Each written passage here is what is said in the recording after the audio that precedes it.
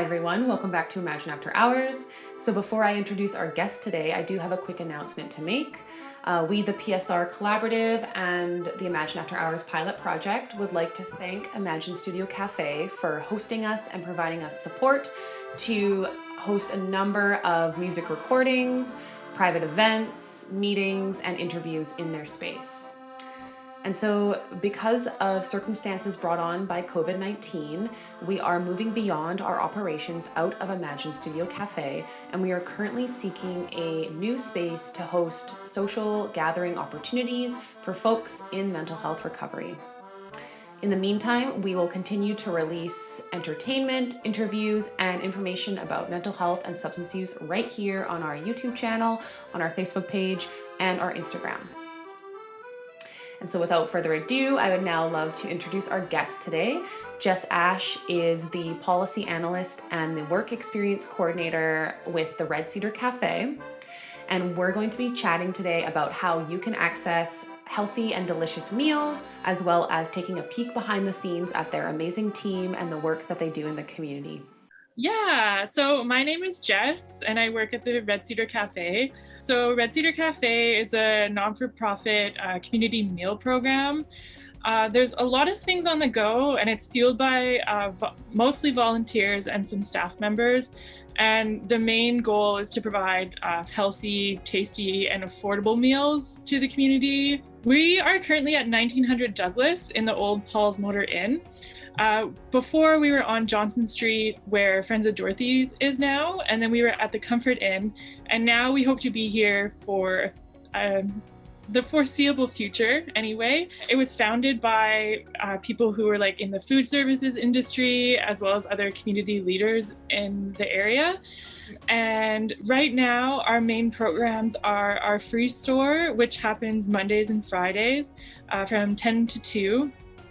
And it's just like whatever we get donated that we won't use in the kitchen is available there. So there's lots of like fresh produce, bread, sweets, lots of types of things. And then we also have our frozen meal program that happens every Sunday. And you can get up to 7 meals and they're in containers like this big, like kind of like 2 portions. And to order, you go on our website and it's redcedarcafe.ca and you go to, I think, order now. And on there you can do a pickup order or a delivery order. And every Wednesday evening, it has the menu for that week and you can order between that Wednesday to like that Sunday morning. And if that is a barrier to folks, you know, using a computer, you can also call us and we have a voicemail line specifically for the frozen meal program. So you can call and be like, hey, I'm looking to get meals this week. I'd love to talk to someone about what the menu has. And then from there, we have voicemail volunteers that do callbacks and, you know, they'll explain what's on the menu and then they can put in the online order for them. And then if someone doesn't have internet or doesn't have access to like calling, you can also inquire at the free store like on site, and if you can just be like, hey, I'm looking for frozen meals, can I be a part of the program? So yeah, there's like a few different ways to do it, but online is like definitely the best way to see what the menu is and the availability and everything like that. Do you want to talk a little bit about sort of like behind the scenes, like what happens at the Red Cedar Cafe on a day-to-day basis that, you know, you can produce all these frozen meals? So in a typical day at Red Cedar, there is tons going on.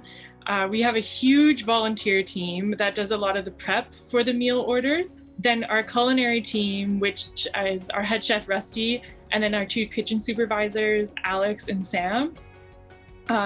They do a lot of the actual like cooking aspect of it and the portioning and that kind of thing. And then the volunteers help with the prep and the packaging of the meals like in the containers. And then with that, our executive director, Liz, and our volunteer coordinator, Phoebe, are usually in the front, and myself, we're usually in the cafe doing a lot of like the computer work, or if the volunteers need some assistance, that like Phoebe's there if they need them. And then like free store, like as all of this is happening in the kitchen, in the restaurant, the free store volunteers are outside. At like 10 a.m. there will be a huge line of people waiting. We recently installed a garden, and so now our lovely coworker Marley is helping run that. And then at the same time there will be volunteers who are out picking up donations. There's a lot that goes on in the day, and we wouldn't be able to do it without our volunteers.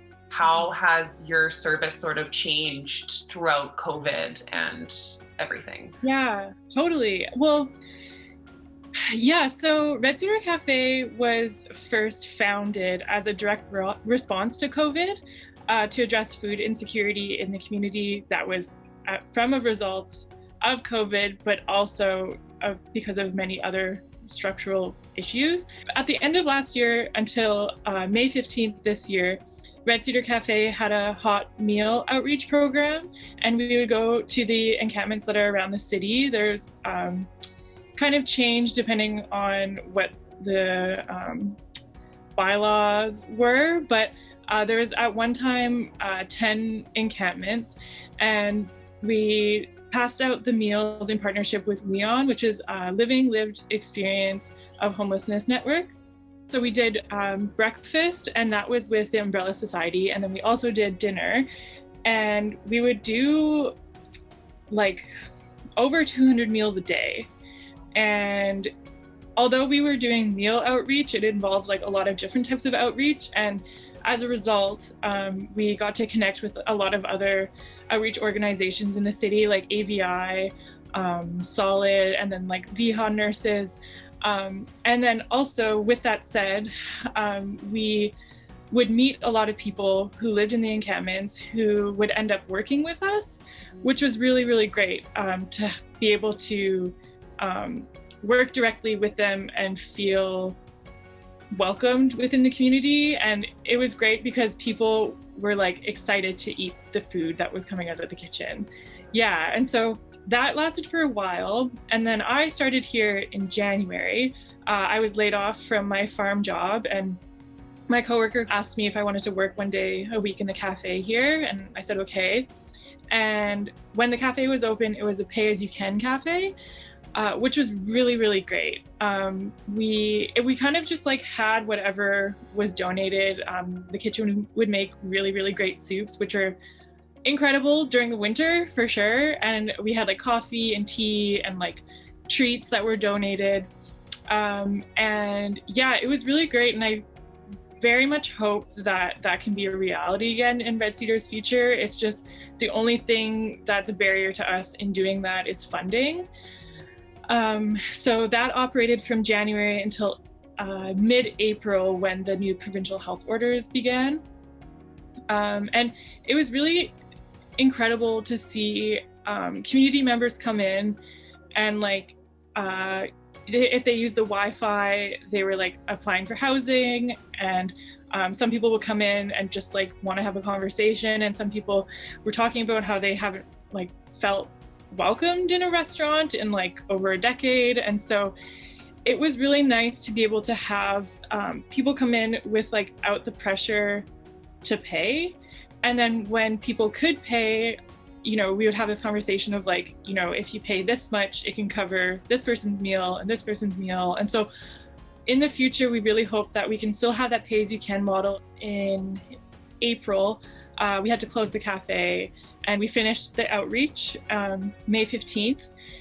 And then, which was heartbreaking because it just like the outreach ended, but there were still people that were food insecure, and there's still people that are food insecure. And it was really tough to be able to end that. People weren't guaranteed housing or shelters, and like, I mean, it's such a systemic issue, and if we could keep doing that, I know that we would. And I really hope that, I don't know, that can happen again, or like something new can happen here to you know, alleviate some of the pressure off of sorry, this is kind of hard to talk about because it is really heartbreaking. So yeah, but with that said, so now our main functions are the free store Mondays and Fridays, and then the Sunday meal distribution. I was talking to someone the other day here, and we were just talking about the future of the cafe and what we would love for it to look like. And a huge part of it is just like being willing to imagine a different future and kind of being like radically and delusionally confident. And I, as much as that sounds like very chaotic, I really think that like that's what we do here, is just like looking at the system, being like, this isn't good enough, let's do something else. If you would like to learn more about Red Cedar, you can visit our website. It's redcedarcafe.ca, and it will be updated soon. We also have an Instagram that is red_cedar_cafe. And we also have a Facebook page that is Red Cedar Cafe as well. All right, that wraps up our show today. Thank you everyone out there who watched this episode, as well as a special thanks to Jess Ash and the amazing team at Red Cedar Cafe. Make sure to hit that subscribe button if you want to stay up to date with when we'll release our next episode, and we'll see you again in 2 weeks.